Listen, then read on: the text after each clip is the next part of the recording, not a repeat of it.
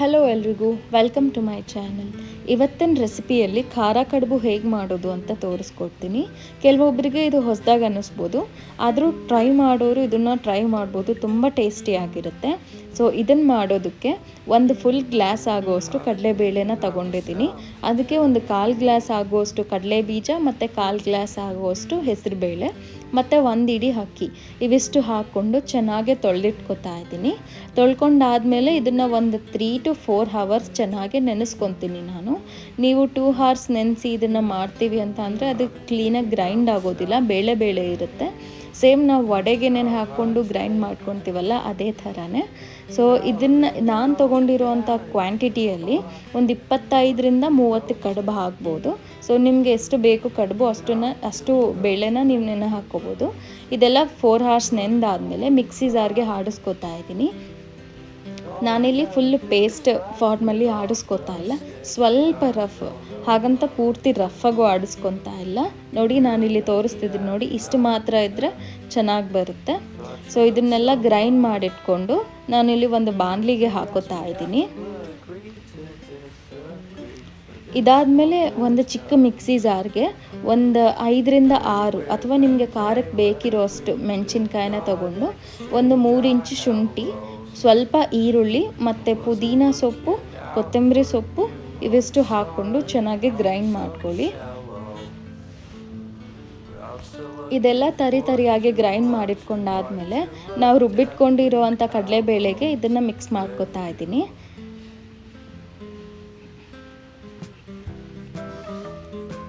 ಇದಕ್ಕೆ ನಾನಲ್ಲಿ 3 ಈರುಳ್ಳಿನ ಚಿಕ್ಕದಾಗಿ ಕಟ್ ಮಾಡಿಟ್ಕೊಂಡಿದ್ದೀನಿ. ಅದ್ರ ಜೊತೆಯಲ್ಲಿ ಸ್ವಲ್ಪ ಪುದೀನ ಸೊಪ್ಪು, 2 ರೆಕ್ಕೆಯಷ್ಟು ಮತ್ತು ಕರಿಬೇವಿನ ಸೊಪ್ಪು, ಒಂದು ಅರ್ಧ ಹಿಡಿಯಷ್ಟು ಕೊತ್ತಂಬರಿ ಸೊಪ್ಪು, ಇವೆಲ್ಲ ಚೆನ್ನಾಗಿ ತೊಳ್ಕೊಂಡು ಚಿಕ್ಕದಾಗಿ ಹಚ್ಚಿಟ್ಕೊಂಡಿದ್ದೀನಿ. ಹಚ್ಚಿಟ್ಕೊಂಡಿರೋವಂಥ ಪುದೀನ, ಕೊತ್ತಂಬರಿ, ಕರಿಬೇವು, ಈರುಳ್ಳಿ ಇವೆಲ್ಲದನ್ನು ನಾವು ರುಬ್ಬಿಟ್ಕೊಂಡಿರೋವಂಥ ಕಡಲೆಬೇಳೆಗೆ ಸೇರಿಸ್ಕೊಂಡು ಅದ್ರ ಜೊತೆಲಿ ಒಂದು 1/4 ಸ್ಪೂನಷ್ಟು ಜೀರಾ ಪೌಡರ್ ಮತ್ತು ಒಂದು ಅರ್ಧ ಸ್ಪೂನಷ್ಟು ಉಪ್ಪು. ಜೀರಾ ಪೌಡರ್ ಇಲ್ಲ ಅಂತಾದರೆ ನೀವು ಸ್ಕಿಪ್ ಮಾಡ್ಕೋಬೋದು, ಕಾಳು ಮಾತ್ರ ಹಾಕೋಕ್ಕೆ ಹೋಗಬೇಡಿ, ಜೀರಾ ಪೌಡರ್ ಇದ್ದರೆ ಮಾತ್ರ ಹಾಕಿ. ಇವೆಲ್ಲ ಸೇರಿಸಿ ಚೆನ್ನಾಗಿ ಬೆರೆಯೋ ಥರ ಮಿಕ್ಸ್ ಮಾಡ್ಕೋಬೇಕು. ಇದರಲ್ಲಿ ನೀವು ಒಂದು ಸ್ವಲ್ಪನೂ ನೀರು ಹಾಕಬಾರ್ದು, ಈರುಳ್ಳಿ ಹಾಕಿರೋದ್ರಿಂದ ಅದಾಗದೆ ನೀರು ಬಿಟ್ಕೊಳುತ್ತೆ.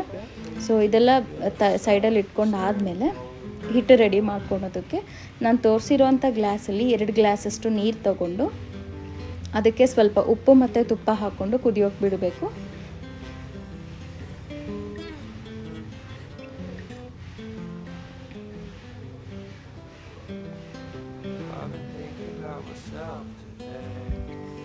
ನೀರು ಚೆನ್ನಾಗಿ ಕುದ್ದಾದಮೇಲೆ ನಾವು ಇದಕ್ಕೆ 1.5 ಗ್ಲಾಸಷ್ಟು ಅಕ್ಕಿ ಹಸಿಟ್ಟನ್ನ ಹಾಕ್ಕೋಬೇಕು.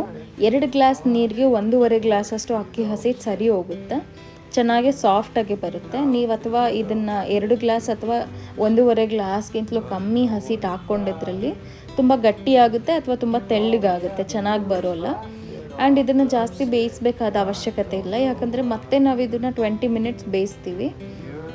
ಹಾಗೆ ಕುದೀತಿರ್ಬೇಕಾದ್ರೇ ಚೆನ್ನಾಗೆ ತೊಳಸ್ಕೊಂಡು ಒಂದು ಸ್ವಲ್ಪ ಗಂಟಿಲ್ದಂಗೆ ಕ್ಲೀನಾಗೆಲ್ಲ ತೊಳಸ್ಕೊಂಡು ಒಂದು 10 ಮಿನಿಟ್ಸ್ ಫ್ಲೇಮ್ ಆಫ್ ಮಾಡಿಬಿಟ್ಟು ಅದೇ ಹಬೆಯಲ್ಲಿ ಚೆನ್ನಾಗಿ ಬೇಯೋಕೆ ಬಿಡಿ. ಸೊ ನಾನಿಲ್ಲಿ ಕಡುಬು ಮಾಡೋದಕ್ಕೆ ಬಾಳೆ ಎಲೆಗಳನ್ನ ಬಳಸಿದ್ದೀನಿ. ಬಾಳೆ ಎಲೆ ಅಥವಾ ಅರಿಶಿಣದ ಎಲೆ ನಿಮ್ಮಲ್ಲಿ ಯಾವುದು ಅವೈಲಬಲ್ ಇರುತ್ತೋ ಅದನ್ನು ತಗೊಂಡು ನೀವು ಮಾಡ್ಕೋಬೋದು. ಅರಿಶಿಣದ ಎಲೆ ಕೂಡ ತುಂಬ ಹೆಲ್ದಿ, ಬಾಳೆ ಎಲೆ ಕೂಡ ತುಂಬ ಹೆಲ್ದಿ. ಯಾವುದು ಹತ್ತಿರದಲ್ಲಿ ಸಿಗುತ್ತೋ ಅದನ್ನು ತಗೊಂಡು ನೀವು ಮಾಡ್ಕೊಳ್ಳಿ. ನಾನಿಲ್ಲಿ ತೋರಿಸ್ತಿರೋ ಅಂಥ ಆ ಥರ ನೀವು ಉಂಡೆಗಳನ್ನ ಮಾಡಿಟ್ಕೊಳ್ಳಿ. ಸೇಮ್ ಲೈಕ್ ಸಿಹಿ ಕಡುಬು ಹೇಗೆ ಮಾಡ್ತೀವೋ ಅದೇ ಥರನೇ. ಆದರೆ ನಾವು ಸಿಹಿ ಕಡುಬು ಮಾಡಿದವಾಗ ಹಿಟ್ಟು ಚೆನ್ನಾಗಿ ಬೆಂದಾದಮೇಲೆ ಬೇಯಿಸೋಕ್ಕೆ ಹೋಗಲ್ಲ, ಮತ್ತೆ ಎಲ್ಲ ಫಿಲ್ ಮಾಡಾದಮೇಲೆ ಇದನ್ನು ಬೇಯಿಸ್ಬೇಕು, ಯಾಕಂದರೆ ಹಸಿದಾಗಿರೋದ್ರಿಂದ. ಸೊ ನಾನಿಲ್ಲಿ ಹಪ್ಪಳ ಮಿಷಿನಲ್ಲಿ ಚಿಕ್ಕ ಚಿಕ್ಕ ಉಂಡೆಗಳನ್ನ ಮಾಡಿಕೊಂಡು ಅಕ್ಕಿ ಹಸಿಟ್ಟನ್ನ ಅದನ್ನು ಒತ್ತಿಟ್ಕೊಂಡು ಬೇಯಿಸ್ಕೊತಾ ಇದ್ದೀನಿ, ಫಿಲ್ ಮಾಡಿಕೊಂಡು. ಇಲ್ಲ ನೀವು ಕೈಯಲ್ಲಿ ತಟ್ಕೊಂಡು ಬೇಯಿಸ್ಕೊತೀನಿ ಅಂದರೆ ಆ ಥರನಾದರೂ ಮಾಡ್ಬೋದು. ಈ ಥರ ಮಾಡೋದ್ರಿಂದ ಪರ್ಫೆಕ್ಟಾಗಿರುತ್ತೆ ಅಂತ ಅಷ್ಟೆ.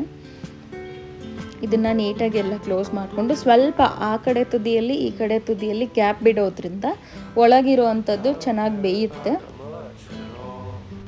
ಇದನ್ನೆಲ್ಲ ಫಿಲ್ ಮಾಡ್ಕೊಂಡಾದಮೇಲೆ ಬಾಳೆ ಎಲೆ ತೊಗೊಂಡು ಒಂದು ಎಂಡಲ್ಲಿ ಇದನ್ನು ಇಟ್ಟು ಅನದರ್ ಎಂಡ್ ಇರೋ ಬಾಳೆ ಎಲೆನ ಇದ್ರ ಮೇಲೆ ಮುಚ್ಚಬೇಕು, ನಾನು ತೋರಿಸಿರೋ ಥರ. ಈ ಥರ ಎಲ್ಲ ಫಿಲ್ ಮಾಡಿಕೊಂಡು ಒತ್ತಿಟ್ಕೊಂಡು ಮುಚ್ಕೊಂಡು ಒಂದು ಪ್ಲೇಟ್ಗೆ ನಿಮ್ಮ ಹತ್ರ ಇಡ್ಲಿ ಕುಕ್ಕರ್ ಇಲ್ಲ ಅಂತ ಅಂದರೆ ರೈಸ್ ಕುಕ್ಕರಲ್ಲಿ ಇದನ್ನು ಕೆಳಗೆ ಒಂದು ಸಪೋರ್ಟಿಂಗ್ ಸ್ಟ್ಯಾಂಡ್ ಇಟ್ಬಿಟ್ಟು ಅದ್ರ ಮೇಲೆ ಒಂದು ಬೌಲು ರೈಸ್ ಕುಕ್ಕರ್ ಒಳಗೆ ಇಡಿಸುವಂಥ ಬೌಲ್ ಇಟ್ಬಿಟ್ಟು ಮೇಲೆ ವಿಸಿಲ್ ಆಗ್ತಿದ್ದಂಗೆ ಮುಚ್ಚಿ ಬೇಯಿಸ್ಕೋಬೋದು. ಇದನ್ನು ನೀವು 20 ಮಿನಿಟ್ಸ್ ಕಂಪಲ್ಸರಿ ಬೇಯಿಸಲೇಬೇಕು. ಬಿಕಾಸ್ ಇದು ಹಸಿದಾಗಿರೋದ್ರಿಂದ ಚೆನ್ನಾಗಿ ಬೆಂದ್ರೇ ಟೇಸ್ಟ್. ಸೊ ಈ ಥರ ಪ್ಲೇಟ್ಗೆ ನಾನು 5 ಇಟ್ಕೊಂಡು ಚೆನ್ನಾಗಿ ಬೇಯಿಸ್ಕೊತಾ ಇದ್ದೀನಿ.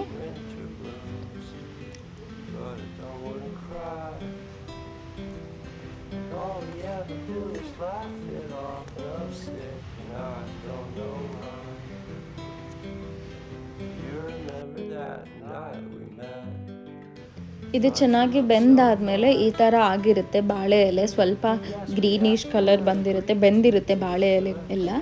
ಸೊ ಈ ಥರ ನೋಡಿ ನಾವು ಆಗಿದೆ ಅಂತ ಒಂದು 20 ಮಿನಿಟ್ಸ್ ಆದಮೇಲೆ ಇದನ್ನು ತೆಗೆದಿಟ್ಕೊಂಡು ಇದನ್ನು ಹಾಟ್ ಬಾಕ್ಸ್ಗೆ ಹಾಕ್ಕೋಬೋದು. ತುಂಬ ಬಿಸಿ ಇರುತ್ತೆ ಬಾಳೆ ಎಲೆಯಿಂದ ತೆಗಿಬೇಕಾದ್ರೆ. ಇದ್ರ ಜೊತೆಗೆ ನೀವು ಚಟ್ನಿ ಅಥವಾ ತುಪ್ಪ ಎರಡರಲ್ಲೂ ಒಳ್ಳೆ ಟೇಸ್ಟ್ ಕೊಡುತ್ತೆ. ಯಾವುದಾದ್ರೂ ಮಾಡ್ಕೊಂಡು ತಿನ್ಬೋದು. ಸೊ ಈ ಥರ ಹಾಟ್ ಬಾಕ್ಸ್ಗೆ ಹಾಕ್ಕೊಂಡು ಮತ್ತೆ ಸರ್ವ್ ಮಾಡ್ಕೊಂಡು ತಿನ್ಬೋದು. ನಾನಿವತ್ತು ತುಪ್ಪದಲ್ಲಿ ತಿಂದಿದ್ದೆ, ತುಂಬ ಟೇಸ್ಟಿಯಾಗಿತ್ತು. ಡೆಫಿನೆಟ್ಲಿ ನೀವು ಟ್ರೈ ಮಾಡಬೇಕು.